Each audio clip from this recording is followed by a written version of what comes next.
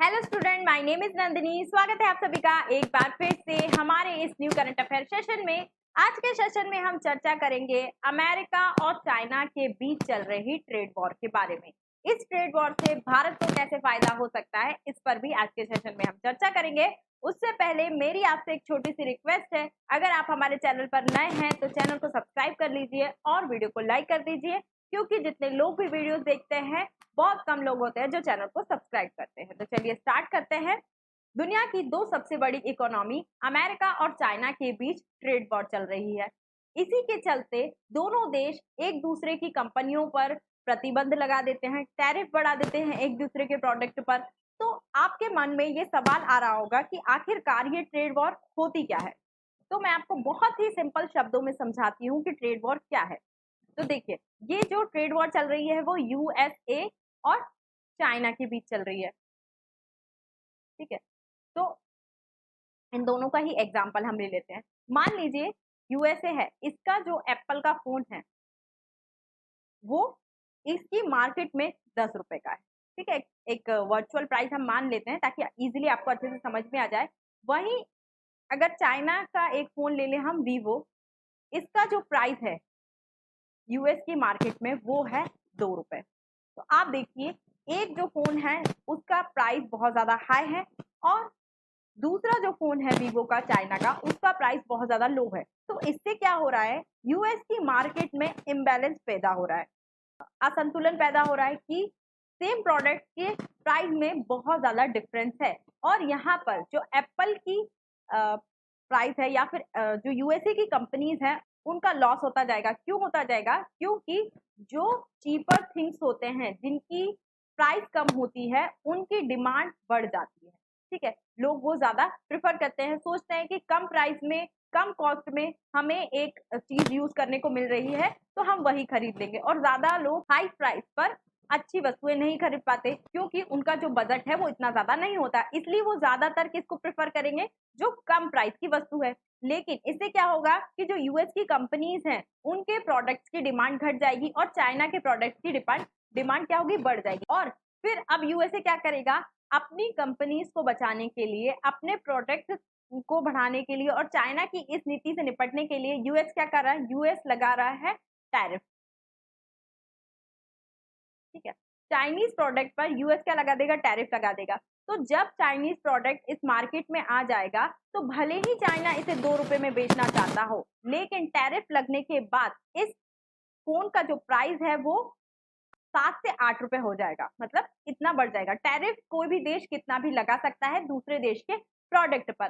तो अब यूएसए कितना भी टैरिफ लगा सकता है चाइना के प्रोडक्ट पर। इससे क्या होगा कि जो असंतुलन हो रहा है, जो इम्बैलेंस उत्पन्न हो रहा है मार्केट में, वो कम हो जाएगा। और यही अमेरिका ने किया है कि उसने चाइनीज प्रोडक्ट्स पर टैरिफ लगाना स्टार्ट कर दिया है। और ये जो टैरिफ लगाया है, लगाने की जो घोषणा की गई है यूएसए के द्वारा, इसमें ये बताया गया है कि चाइनीज प्रोडक्ट पर टैरिफ 2026 तक अलग अलग फेजेस में लगाया जाएगा चाइनीज प्रोडक्ट पर। लेकिन आपके मन में ये क्वेश्चन उठ रहा होगा कि चाइनीज प्रोडक्ट पर अगर प्रतिबंध लगे, टैरिफ लगे, तो इसे भारत को कैसे फायदा हो सकता है? तो आप सभी जानते हैं कि जो चाइना है उसने लगभग दुनिया के पूरे मार्केट पर कैप्चर करके रखा है। चाइना की जो नीति रहती है वो लो कॉस्ट में चीप थिंग्स को प्रोवाइड करता है। ठीक है, वो दूसरे देश के मार्केट्स को इम्बैलेंस करता है। दूसरे देश की जो चीजें हैं, वस्तुएं हैं, वो उसके ही मार्केट में बिक नहीं पाती हैं, उनकी डिमांड उसके ही मार्केट में कम हो जाती है। तो इसी नीति से लड़ने के लिए यूएसए और जो यूरोपियन देश हैं उन्होंने चाइना के प्रोडक्ट्स पर टैरिफ लगाना स्टार्ट कर दिया है। ठीक है, तो हमारे यहाँ भी ऐसी बहुत सारी चीजें हैं दूसरे देशों की जिन पर 100% का टैरिफ है। मान लीजिए वो वस्तु 1 रुपए में आती है तो भारत में आकर उसका जो दाम है दुगना हो जाता है, मतलब 2 रुपए प्राइस हो जाता है। 100% का टैरिफ लगाया जाता है, इसीलिए लगाया जाता है ताकि अपने घरेलू प्रोडक्ट्स की डिमांड को बढ़ाया जा सके, उनकी वैल्यूज को बढ़ाया जा सके। तो अमेरिका ने भी सेम किया है। तो इससे भारत को फायदा ये होगा कि अब जो यूएसए मार्केट है, जो यूएस का मार्केट है, वहां पर चाइनीज प्रोडक्ट की जो डिमांड है वो क्या हो जाएगी? कम हो जाएगी। और भारतीय प्रोडक्ट, अगर भारत अच्छे प्रोडक्ट लेकर जाता है मार्केट में, यूएस की मार्केट में, तो उनकी डिमांड क्या होगी? इंक्रीज हो जाएगी। तो इससे क्या होगा? भारत की कंपनियों को फायदा होगा। भारत की कंपनी को फायदा कैसे होगा? ज्यादा से ज्यादा प्रोडक्ट्स का डेवलपमेंट उनको करना पड़ेगा, प्रोडक्शन बढ़ेगा कंपनीज का और कंपनीज की वेल्थ भी बढ़ेगी। तथा जब कंपनीज का मुनाफा बढ़ेगा तो जो दूसरे देश की कंपनीज हैं, मान लीजिए यूएस की ही कंपनीज हैं, वो क्या करेंगी, वो भारत की कंपनीज में इन्वेस्टमेंट करेंगी। तो एक प्रकार से भारत का एक्सपोर्ट बढ़ेगा और साथ साथ इन्वेस्टमेंट भी आएगा।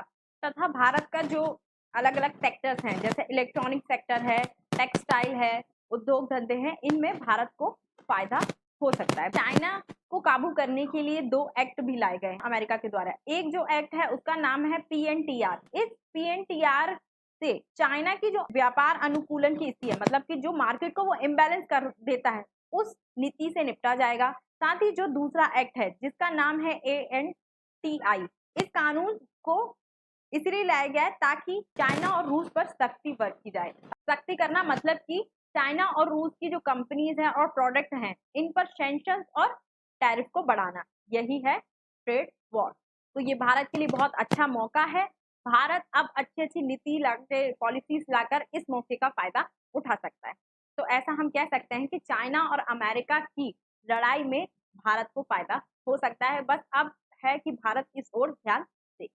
तो आज के सेशन में इतना ही। आई होप आपको ये वीडियो अच्छी लगी होगी। वीडियो अच्छी लगी है तो चैनल को सब्सक्राइब कर लीजिए, वीडियो को लाइक कर दीजिए और अधिक जानकारी के लिए आप हमारे टेलीग्राम ग्रुप या व्हाट्सएप ग्रुप से जुड़ सकते हैं।